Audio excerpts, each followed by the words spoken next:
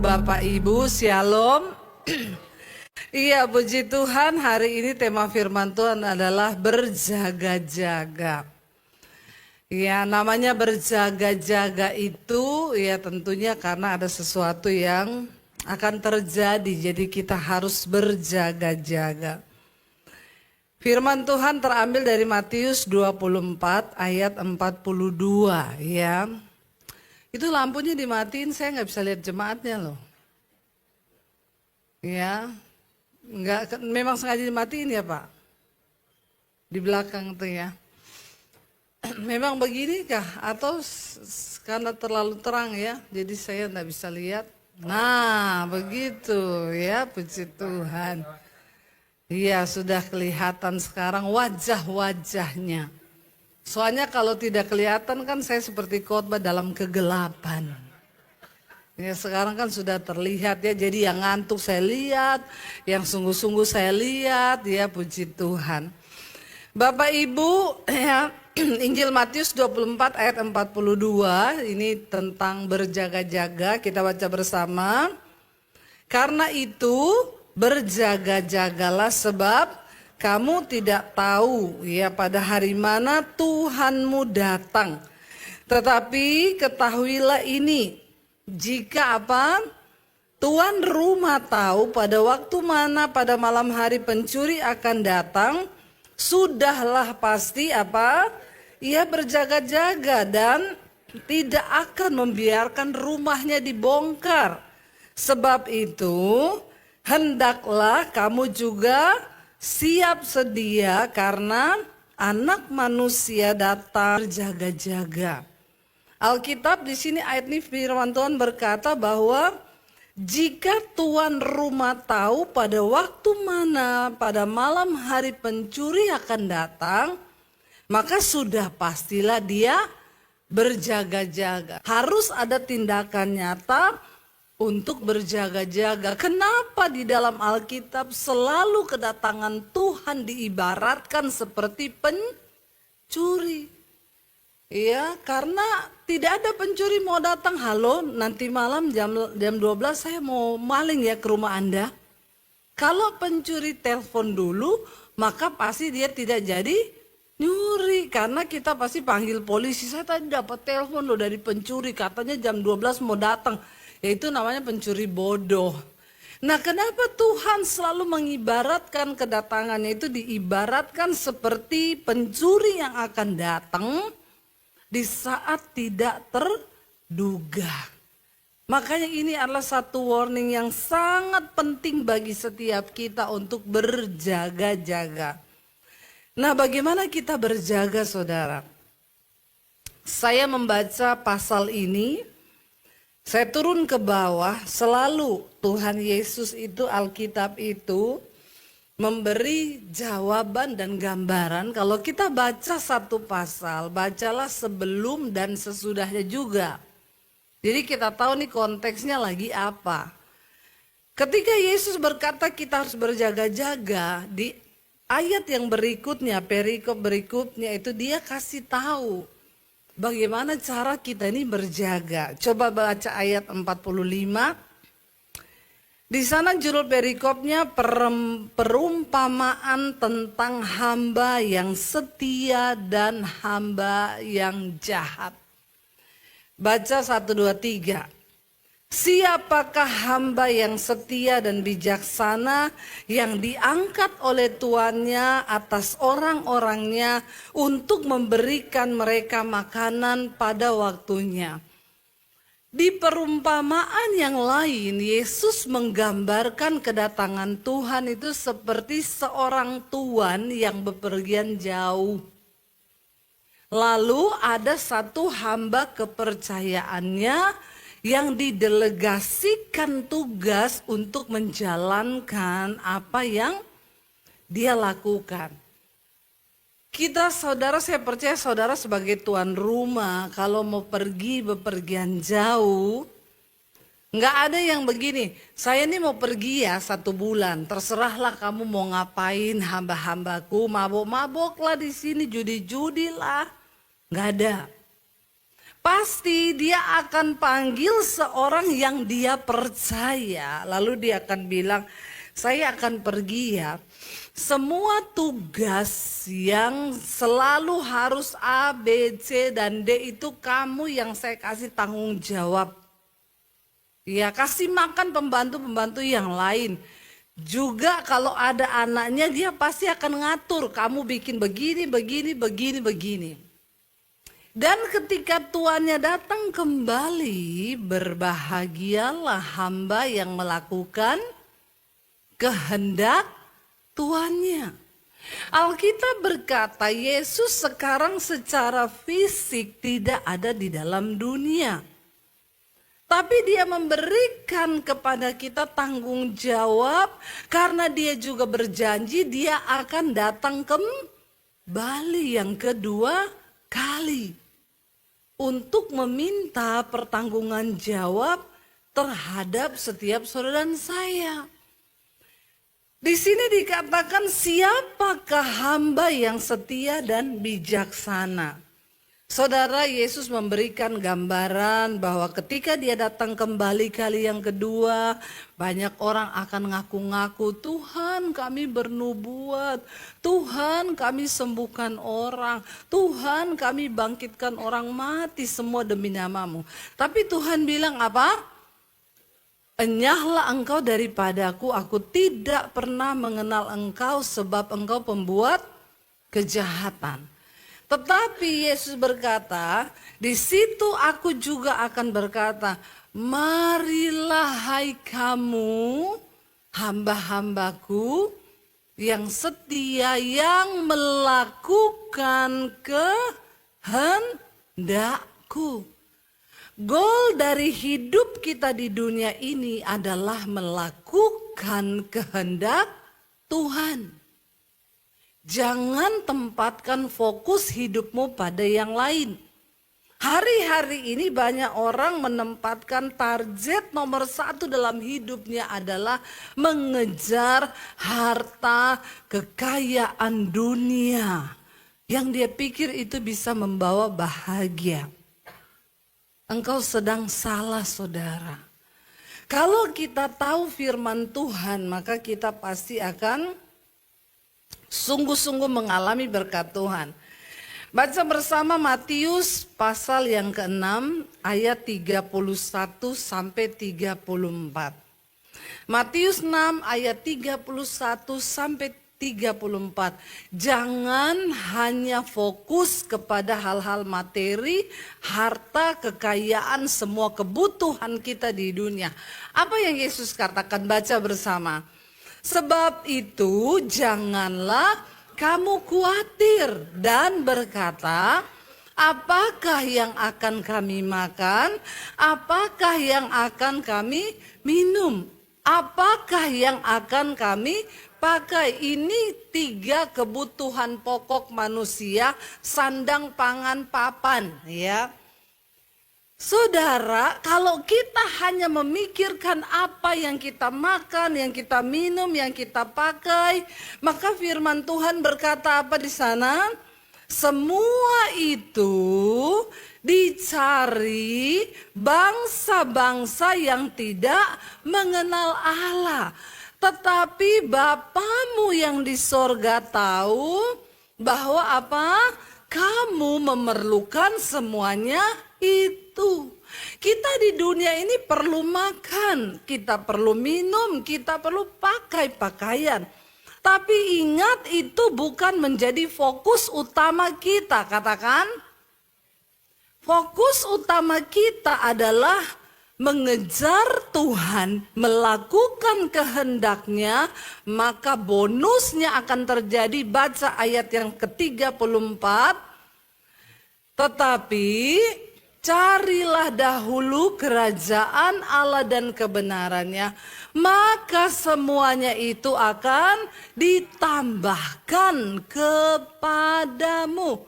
Ingat, fokus utama kita di dunia ini bukan mencari apa yang kita makan, kita minum, kita pakai, rumah, mobil, dan semua kebutuhan hidup kita.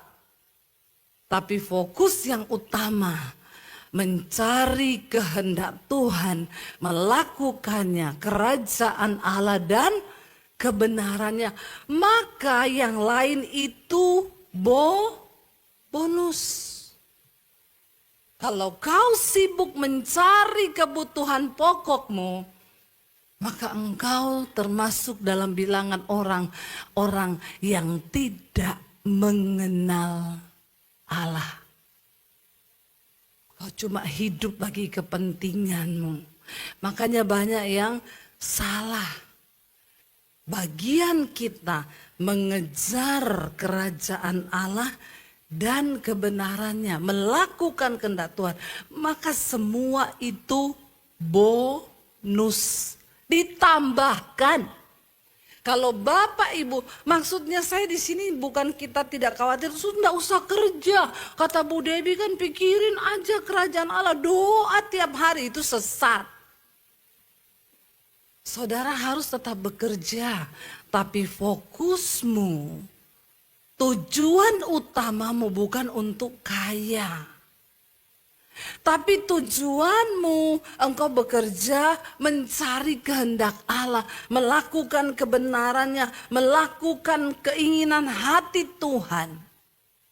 Maka saudara akan melihat tiba-tiba yang sales, kau tidak perlu cari-cari orang kemana-mana. Tuhan kirim saudara.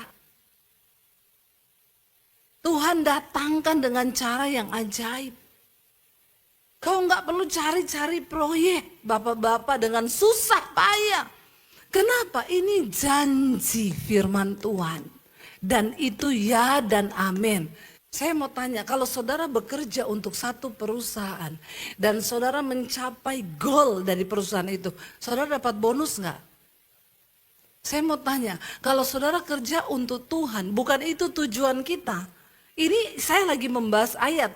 Nanti khotbah saya ini dipotong lagi, ditulis pendeta sesat. Khotbah untuk dapat bonus. Kan banyak sekarang pengejek-pengejek akhir zaman toh, yang potong-potong khotbah separuh. Saya lagi membahas ayat ini loh. Carilah dahulu kerajaan Allah dan kebenarannya. Semuanya itu tadi yang di atas apa? Yang akan kau makan, yang akan kau pakai, yang akan kau minum. Semua keperluanmu di dunia ini Tuhan bahkan waktu kau capai goalnya Tuhan dalam hidupmu, gak ada yang bisa tahan berkat Tuhan di atas hidupmu. Tapi kalau kau gagal fokus, yang kau cari rumah, mobil, makanan, segala kemewahan di dunia ini, kau gak akan dapat apa-apa sebab ternyata engkau tidak mengenal Allah. Makanya rubah fokusmu, bikin yang pertama mengejar kerajaan Allah dan kebenarannya. Maka semua Tuhan tambahkan. Kita akan melihat waktu kita melakukan kehendak Tuhan yang benar. Kau akan terheran-heran melihat Tuhan bukakan tingkap-tingkap langit.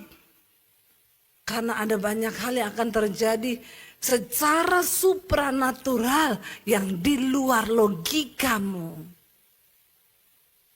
Dan engkau akan berkata, wow, saya sekarang cuma bilang, Tuhan, wow, Tuhan itu ajaib. Dia ada, dia hidup.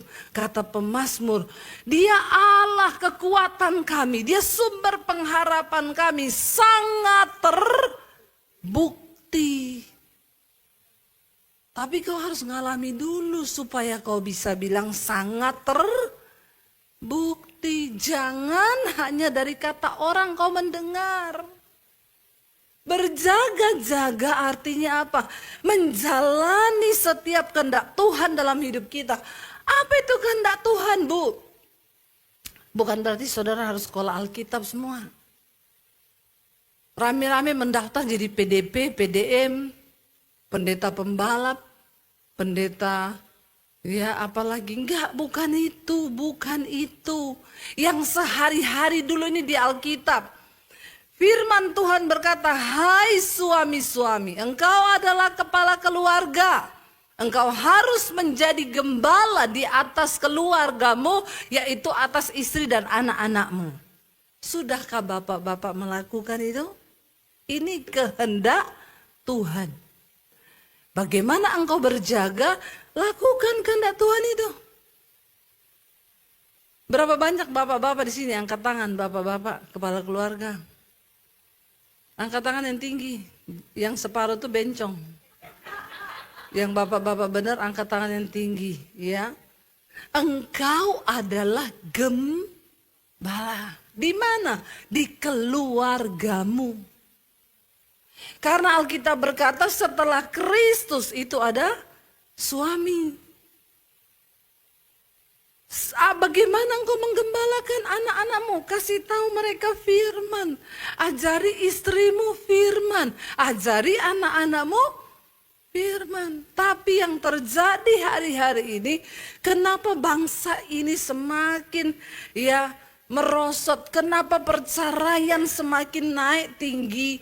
Ya, kenapa saudara sekarang di Indonesia ini tingkat pernikahan itu menurun loh, drastis. Lama-lama Indonesia ini bisa jadi kayak Singapura, kayak Jepang. Orang udah gak mau nikah. Ya, kenapa? Karena mereka terlalu banyak melihat kehancuran dalam rumah tangga. Ya itu terjadi kenapa saudara? Karena suami tidak berfungsi secara fungsi ilahi. Fungsi alkitabiah tidak ada. Para suami gagal menjadi imam dan gembala di tengah keluarga. Yang pertama yang harus dilakukan untuk berjaga-jaga, ayo suami-suami, panggilanmu aktifkan dalam keluargamu, engkau tuh gembala. Yang saya dapati sepanjang pelayanan saya konseling anak muda, saya konseling wanita-wanita, istri-istri yang kepahitan, anak muda yang depresi. Kenapa? Karena bapaknya gagal menjadi imam dan gembala di tengah keluarga. Itu yang terjadi hari-hari ini. Saya nggak usah tanya di luar sana. Yang di dalam sini aja bapak-bapak. Sudahkah kau melakukan tugasmu? Tidak usah menatap saya dengan wajah yang seperti itu. Tapi bertanyalah dalam hatimu. Karena yang kebanyakan saya dapat, boro-boro bu, ya Allah suamiku bu. Pulang pagi, judi, merokok, mabuk, selingkuh. Bukan di gereja ini, di sana. Nah di sini tidak ada yang ngaku. Benar saudara. Ini menjadi perenungan buat kita, PR buat kita. Yesus berkata, siapa hamba yang setia itu? Mereka yang melakukan kehendak Tuhan. Berjaga-jaga. Coba kalau setiap keluarga berfungsi menjaga anggota keluarganya, istri dan anak-anaknya. Enggak ada saudara, setan yang bisa terjang rumah tanggamu. Ya, anak-anak muda, para wanita tuh sekarang saya enggak mau nikah. Kenapa? Stres. Sudah terbukti katanya kalau istri meninggal duluan, suaminya pasti stres. Ya. Lalu menikah lagi. Tapi kalau suami meninggal duluan, istri sih tambah cantik. Karena bebannya diangkat. Itu yang saya dengar dan survei membuktikan. Iya enggak ibu-ibu? Ya, ini kehilangan, ini bapak-bapak ini kehilangan fungsi ilahi. Kau harus mengambil kembali fungsi ilahi itu supaya istri dan anak-anakmu terjaga. Dari yang tadi itu singa yang mengaum-ngaum, yang mencoba menerkam. Lalu ketika ada suami yang berfungsi, maka istri juga berfungsi. Tapi yang saya dapati di mana-mana, terbalik, istri-istri yang banyak yang bertobat. Suami-suami itu jarang, dia bilang kaulah yang berdoa buat saya ini mencari uang untuk makanmu. Kau tidak mengenal Allah bapak-bapak. Kalau hidupmu hanya fokus cari duit, kau tidak mengenal Tuhan. Dan orang yang tidak mengenal Tuhan, hidupnya terkutuk. Makanya kau bekerja siang malam dengan berjerih, lelah, dengan keringat. Tapi kau tidak memakan hasil. Tuhan bilang, engkau bekerja itu untuk pundi-pundi yang bocor dan berlubang. Karena kau tidak mengandalkan Tuhan. Kau tidak mencari kerajaan Allah dan kebenarannya. Ini loh, ayo saya bukakan hari ini rahasia firman Tuhan. Supaya kita ngeh, gak perlu kau berpeluh dengan berkeringat bercucuran. Waktu Tuhan berkenan atas hidupmu, dia balikan keadaan itu cuma semudah dia berfirman. Firman itu berkuasa loh. Karena Tuhan berkata setiap firman yang keluar dari mulut Allah tidak pernah kembali dengan sia-sia. Pertanyaannya, apa ada alasan untuk firman itu terjadi di hidup kita? Karena kalau nggak ada alasan, firman tidak terjadi. Bukan karena dia tidak berkuasa, kita yang tidak layak. Ada orang-orang yang layak diberkati, ada yang tidak, saudara. Saya sudah melihat dalam kehidupan ini memang ada orang-orang yang layak, ada yang tidak. Contoh, saya tuh kasih pesan sama orang di rumah. Setiap Gojek yang datang ke sini, entah kamu pesan atau antar kiriman orang, kasih sembako. Di rumah itu ada paket sembako. Satu kali, ya, orang di rumah saya itu saudara, dia pesen Gojek mau kirim barang ke satu tempat. Gojeknya datang, dia keluar bawa 2 kresek besar, 1 kiriman, 1 sembako buat tukang ojek. Baru keluar tukang ojeknya begini, ya ampun, ini barangnya 2 toh, nggak bisa ya, nggak bisa, berat, saya nggak mau bawa 2 berat. Ini orang nggak layak diberkati saudara, karena pikirannya cuma uang, duit. Mungkin dia mau minta duit lebih, tapi nggak gitu caranya, keles. Ya benar, orang rumah saya bilang, oh berat ya Pak. Iya enggak bisa, kan ini cuma 1 pesanannya. Oke Pak, nih bawa aja 1. Sebenarnya 1 ini sembako buat Bapak. Tapi kasihan Bapak berat, nanti kecelakaan mati, enggak usah ya. Benar saudara. Ada memang orang-orang tuh enggak layak diberkati, ada. Mau diberkati aja enggak jadi loh orang. Ya, saya pernah ngomong ke suami, ketemu teman lama, pelayanan, saya bilang sama suami, nanti kasih dia duit ya, kita udah lama gak ketemu. Suami saya udah siapin uang di amplop saudara, lumayan jutaan. Saya bilang dia datang tuh, nanti abis ibadah, kasih dia duit. Kita pelayanan di daerah, ketemu dia. Dia datang saudara, di kantin gereja, tuh ada dia saya bilang. Ternyata dia datang cuma ngobrol. Dia tidak ikut ibadah, dia pelayan Tuhan di gereja itu pemain musik. Tidak ikut ibadah, cuma datang makan di kantin, lalu dia pulang. Saya selesai ibadah nyari dia. Tadi mana temenmu itu yang mau kita kasih berkat? Kata orang di situ, oh enggak, dia nggak ikut ibadah Bu, cuma datang makan terus pulang. Saya bilang memang tidak layak diberkati. Ada loh orang-orang yang tidak layak diberkati loh.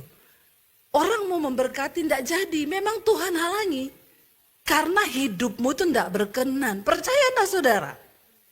Sebaliknya kalau Tuhan mau memberkati kita, sekalipun terhalang, sekalipun dihalang, tidak usah takut, berkat Tuhan tidak pernah salah dan takarannya itu selalu benar untuk orang-orang benar yang mengandalkan Tuhan, yang mencari Tuhan. Seperti apapun orang berusaha menutup pintu berkatmu, waktu Tuhan yang buka, tidak ada satupun orang bisa tutup. Amin saudara. Makanya rubah fokusmu hari-hari ini ya. Bapak Ibu, Jangan berpikir hanya dari logika sehingga kita kadang bekerja menghalalkan segala cara. Tuhan bilang, orang dunia bangun pagi-pagi dan pulang sampai larut malam. Tapi berkat Tuhan diberi kepada orang yang dikenannya. Bahkan ketika lagi tidur, orderan datang. Amin. Kau harus percaya ada Tuhan di dunia ini. Kau harus percaya bahwa Dia mengendalikan lebih dari logika kita manusia. Kau harus percaya bahwa banyak hal supranatural yang Tuhan bisa kerjakan, yang melampaui otak kita yang kecil ini dan sempit. Kita gila kalau coba berpikir semua dengan kekuatan otak kita, saudara. Andalkan Tuhan. Dia ada, Dia hadir, Dia berkuasa, kata pemazmur, dan sangat terbukti. Sangat terbukti. Jangan coba pakai logikamu. Otak kita ini mikirin berapa gigabyte aja jebol loh. Jebol. Banyak yang kena stroke. Ya, karena nggak bisa semua dipikirin dengan logika kita manusia. Hari-hari ini banyak berserah, banyak duduk di kaki Tuhan. Itu caranya kita berjaga-jaga.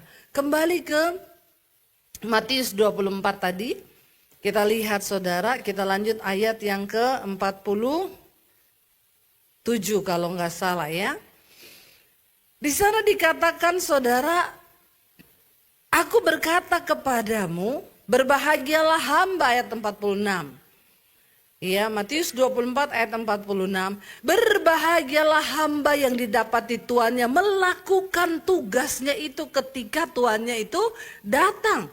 Aku berkata kepadamu, sesungguhnya tuannya itu akan mengangkat dia menjadi pengawas segala miliknya. Saya mau tanya, kalau Tuhan yang promosikan kita, Tuhan yang angkat kita, ada yang bisa tutup? Enggak. Cari Tuhan saudara. Ketika engkau dapat dipercaya Tuhan, Dia angkat hidupmu jauh melampaui yang bisa kita pikirkan. Sampai hari ini saya nggak ngerti dengan hidup saya. Siapa yang melakukan ini semua dalam hidup saya? Kalau bukan karena Tuhan, tidak mungkin saudara. Itu Tuhan, itu anugerah Tuhan, itu kasih karunia Tuhan. Amin. Yang di luar logika kita manusia nggak ada yang bisa. Lalu dikatakan di sana, akan tetapi hamba, apabila hamba itu jahat dan berkata dalam hatinya, Tuanku tidak datang-datang. Lalu ia mulai memukul hamba-hamba lain dan makan minum bersama para pemabuk-pemabuk. Maka Tuan hamba itu akan datang pada hari yang tidak disangkanya dan pada saat yang tidak diketahuinya. Dan Dia akan membunuh dia, membuat dia senasib dengan orang-orang munafik. Di sanalah akan terdapat ratapan dan kertakan gigi. Ini juga bisa bicara tentang kematian. Jangan tunda pertobatanmu. Karena kita nggak pernah tahu sampai kapan kita hidup. Jangan tunda pertobatanmu. Dia bisa datang kapan saja di hari yang tidak kita duga. Berjaga-jaga saudara, berjaga-jaga, berjaga-jaga supaya ini tidak terjadi. Apa yang dimaksud Yesus, ini perkataan Yesus loh saudara. Apa yang Dia maksud dengan dibunuh dan akan masuk ke satu tempat, di sana terdapat ratapan dan kertakan gigi. Ini bicara tentang penghukuman kekal di neraka. Sebelum itu terjadi, biar kita mau bilang sama Tuhan, temukan hati hamba dalam hidup kami Tuhan. Karena Tuhan sudah terlalu baik, Dia melakukan segala perkara. Saya undang imam musik maju ke depan. Tuhan sudah melakukan yang terbaik bagi saudara dan saya. Tidak terhitung kebaikan Tuhan. Tidak mungkin bisa kita balas dengan apapun. Tapi mari hari ini firman Tuhan berkata, perhatikanlah dengan seksama bagaimana kamu hidup. Jangan seperti orang bebal, tapi seperti orang arif yang mau bertobat. Pergunakanlah waktu yang ada, karena hari-hari ini adalah jahat. Biar kita mau berkata, Tuhan, biar Engkau temukan hati hamba dalam hidup kami.